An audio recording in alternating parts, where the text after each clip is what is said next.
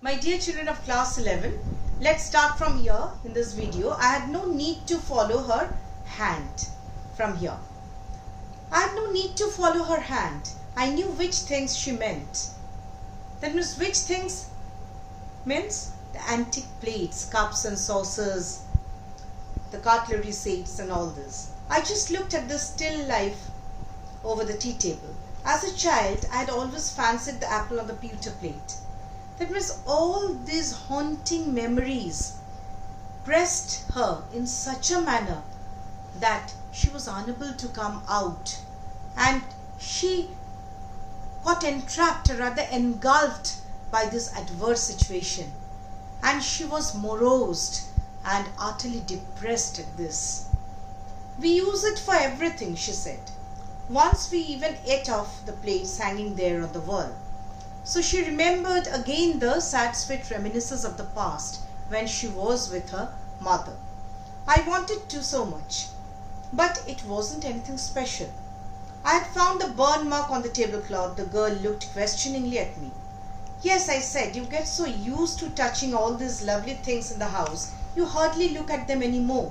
So what was the feeling of the narrator? That means when we are habituated or accustomed to seeing many things in our own house, then we don't bother to give any value or importance to that particular thing. But when we miss that thing all on a sudden and see in a different place, then we start giving importance to that. Similar is the case of each and everything, mortal things as well as immortal things. Okay, we never value our mother every day, our mother, father, our teacher, our friends, because every day we meet and talk. But when we miss them, because death is inevitable, you know, children, then we will realize their values, their feelings, we can perceive.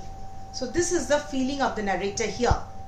The narrator is missing her mother very much, missing her mother's possessions also. So she was in utter vacillation. Sometimes she wanted to grab those possessions, sometimes she wanted to leave all those possessions. A sense of renunciation and a sense of mundane pursuit, both the things haunting her in such a manner she didn't understand what to do, which one to pursue. Yes, I said, you get so used to touching all these lovely things in the house, you hardly look at them anymore. You only notice when something is missing, because it has to be repaired or because you have lent it, for example. I just explained in a different way. I hope you understood. Again, I heard the unnatural sound of my voice and I went on. She was always talking. And I remember my mother once asked me if I would help her polish the silver. It was a very long time ago and I was probably bored that day, or perhaps I had to stay at home because I was ill, as she had never asked me before. I asked her which silver she meant and she replied, surprised, that it was a spoons. Spoons were made of silver. The narrator did not know at that time and did not bother to give any sort of importance. But now these have become the coveted desire of the narrator. She meant and she replied, surprised that it was a spoons, forks and knives, of course. And that was a strange thing. I didn't know the cutlery we ate off every day was silver. The girl laughed again. I bet you don't know it, Siddha. I looked intently at her. Intently means keenly, minutely at her. What we eat with? She asked. Well, do you know? She hesitated. She walked to the sideboard and wanted to open a drawer. I'll look, it's in here. Actually, out of pride rather, she, Mrs. Darling's daughter, wanted to show the narrator all the possessions. I jumped up. All on a sudden, she was unable to cope up with all this environment. So she started up. I was forgetting the time. I must catch my train. And she had to catch a train also. She had her hand on the drawer. Don't you want to wait for my mother? No, I must go. I walked on the door. The girl pulled the drawer open. I can find my own way. As I walked down the passage, I heard the jingling of spoons and forks. And this jingling of spoons and forks evoked the memories of the past, and she was very unhappy. She was in a despondent state of mind. At the corner of the road, I looked up at the nameplate, Marconi Street, it said. It had number 46. The address was correct. But now I didn't want to remember it anymore. I wouldn't go back there because the objects that are linked in your memory with the familiar life of former times instantly lose their value when severed from them. You see them again in strange surroundings. So all those objects were severed from a very good attachment like the mother. Okay, and what should I have done with them in a small rented room where the shreds of blackout paper still hung along the windows and no more than a handful of cutlery fitted in the narrow table drawer? All these, the narrator suddenly remembered, or rather analyzed herself with a self-actualization that she was pursuing mundane things when her mother is no more.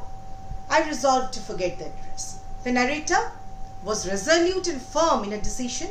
She wanted to forget the address. Of all the things I had to forget, that would be the easiest. So she said firmly, her inner soul spoke out, that of all the things, the mundane things, I can forget, except my mother and the values, the spiritual values attached with the mother.